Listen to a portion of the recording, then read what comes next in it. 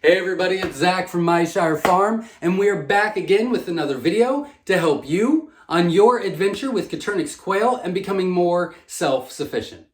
In this video, we're actually going to talk about a hot topic. We're going to talk about when to replace breeders and when to add new blood. Now, they kind of go hand in hand, but they are two different things. So we're going to break that down, but then bring them back together at the end. So just give me a second, all right? But it is a hot topic, so we're just going to give you the information and you can decide what you want to take from it and things like that, okay?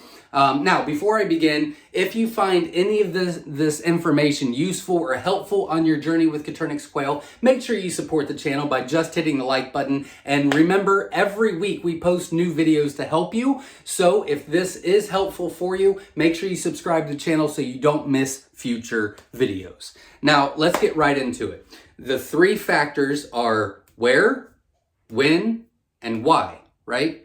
Where you get them from, how you raise them, and why you were raising them. So when to replace breeders, out of all the answers, I would always recommend you contacting the breeder and asking them what their breeding program is like, what they recommend as far as when to replace the breeders and when to add new blood. So everybody breeds a little bit differently, this, that, and the other, and I can't talk about how other people do it, but I can talk to you about how I do it here at Myshire Farm. So what we recommend is that you add some new blood every 3 years. Now, with that being said, it's kind of like a use by date or a sell by date. So you can actually do much longer than that. Like you could go 4 or 5 years probably without any issues. But 3 years, you're safe, no issues. You can add some new, and it's not a problem. Now, there is a stipulation to that rule. There is a if and only if kind of thing. So we're going to get into that in just a second. So stay tuned. But if you've got one cage, right, and you're raising them for meat and eggs, then, you know, breed and breed and breed. It's not a big deal. And then about every 3 years, just bring in some new blood and you're good to go for another 3 years. So it's not that big of a deal. Again, you can go longer, but 3 years is kind of the best practice. Now, with that, we don't inbreed here. So we mix our birds twice a year.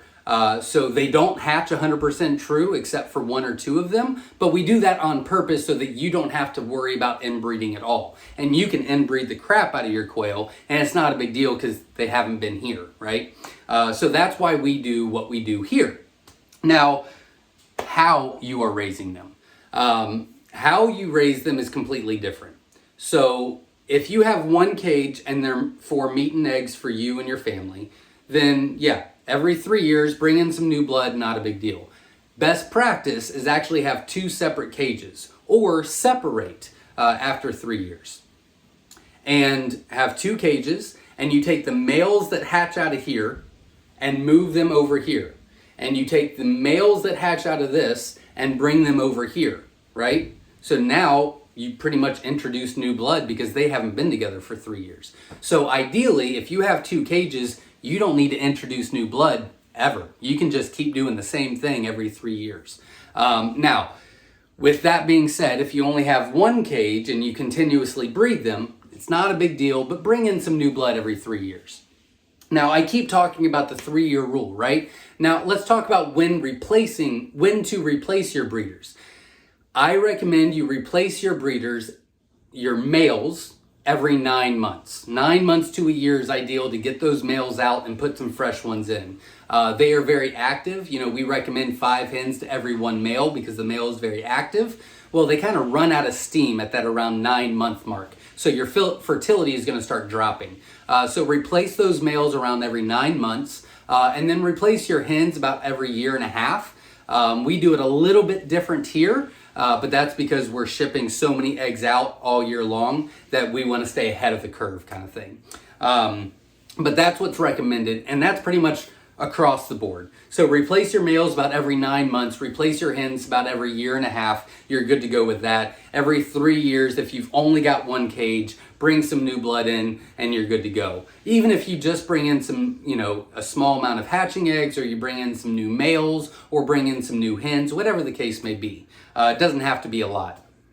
Now, the last reason that you need to think about is purpose. Why are you raising them? Now, I've kind of focused on just the self-sufficient side of it. So if you're just raising for meat and eggs for you and your family, you've got all the information, you're good to go, right? Now, if you're raising for another purpose like quail for profit and you're trying to sell this, that, and the other, it's really recommended you have multiple cages.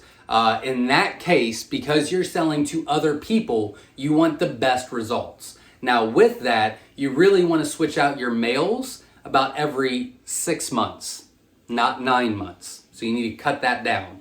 You need to switch out your hens every year, not every year and a half. So that does cut into your profit, but your customers are going to get the best results continuously from you.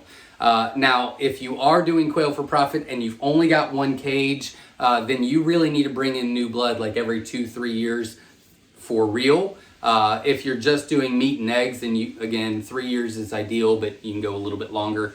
If you're doing quail for profit, 3 years is the max and you need to bring something in, unless, again, you're doing multiple cages. So if you're doing multiple cages, you're gonna do the same thing, but you need to be a little bit more strategic. So if you've got, 5 separate cages, then, every 6 months or every year when you're switching out new males, you need to say, okay, well, cage A is going to cage D, and the males from cage D are going to cage B. And then you're gonna do that once every year.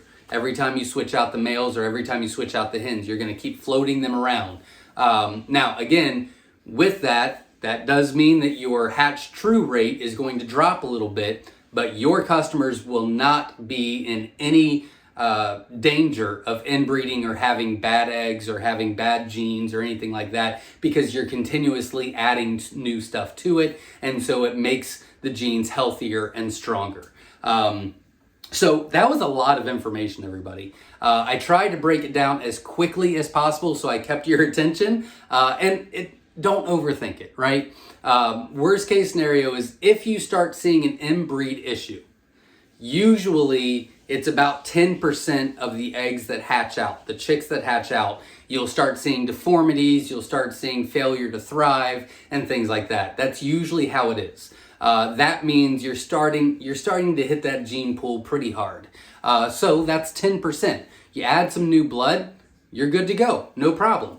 So there's signs and warning signs and things like that that you can look for. But again, in Coturnix quail, you really don't have to overthink it at all. If you want to do a spiral breeding program, you're more than happy to. If you want to do this kind of breeding program, or if you want to do this, or if you want to, never inbreed at all, that's your choice. It's not a big deal to me. You decide how you want to raise your Coturnix quail. There's not a right or wrong way. There's many different ways to raise Coturnix quail. But at the end of the day, the easiest, fastest, simplest, most profitable way to do it is have multiple cages and just switch them out every few years or every year, depending on what you're doing, and you're gonna be fine. So if you have any questions, comment below. I try to do the comments every day. If not, I at least do it multiple times a week. So if you have any questions, comment below. And remember, every Sunday at 7 p.m. Eastern Standard Time, we go live right here on our YouTube channel, Myshire Farm, for a live question and answer. So you can jump on there, you can ask the questions, and we will do our very best to help you on your adventure with Coturnix quail. So thank you very much for watching. Hopefully you got some good information out of this, and maybe you have some extra questions. So comment below, and I'll see you in the comments. Thanks everybody, have a great day. And as always, stay safe.